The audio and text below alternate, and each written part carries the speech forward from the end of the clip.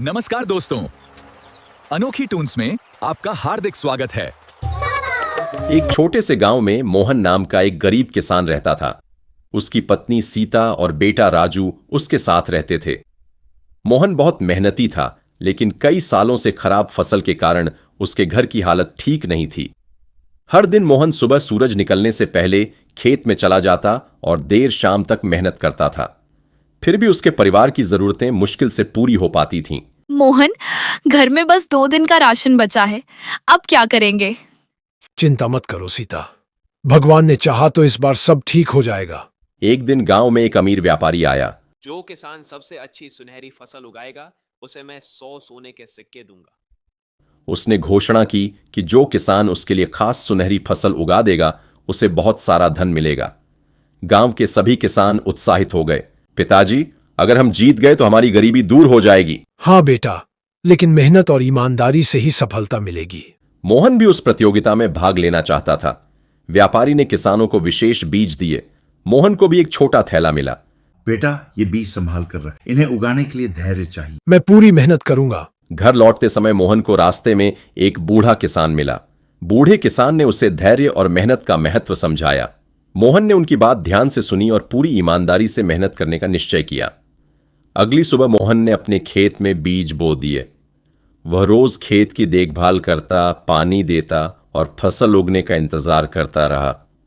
कुछ हफ्तों बाद दूसरे किसानों के खेतों में हरी भरी फसल दिखाई देने लगी, लेकिन मोहन के खेत में कुछ भी नहीं उगा।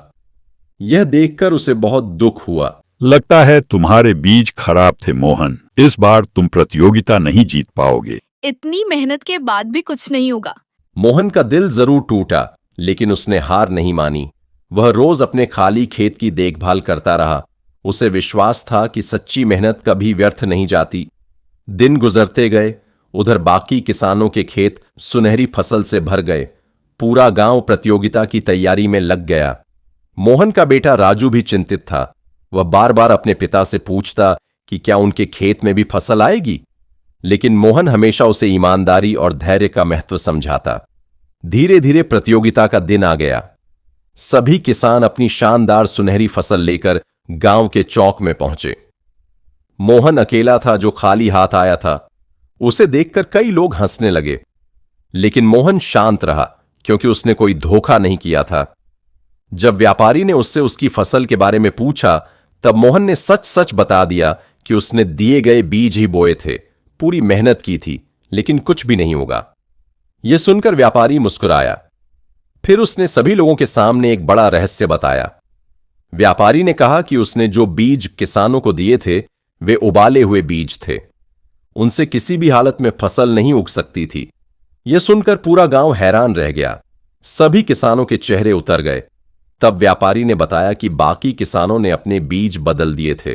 केवल मोहन ही ऐसा किसान था जिसने ईमानदारी दिखाई और असफल होने के बाद भी सच का साथ नहीं छोड़ा।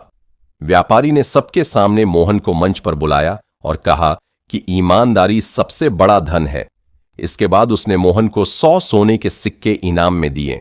मोहन, सीता और राजू की खुशी का ठिकाना नहीं रहा। धीरे धीरे मोहन की जिंदगी बदल गई। उसका परिवार खुशहाल हो गया और पूरे गांव में उसकी ईमानदारी की मिसाल दी जाने लगी।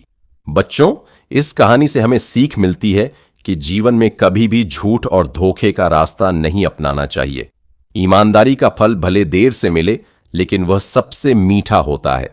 सच्चाई और मेहनत हमेशा इंसान को सम्मान और सफलता दिलाती है। ईमानदारी सबसे बड़ा धन है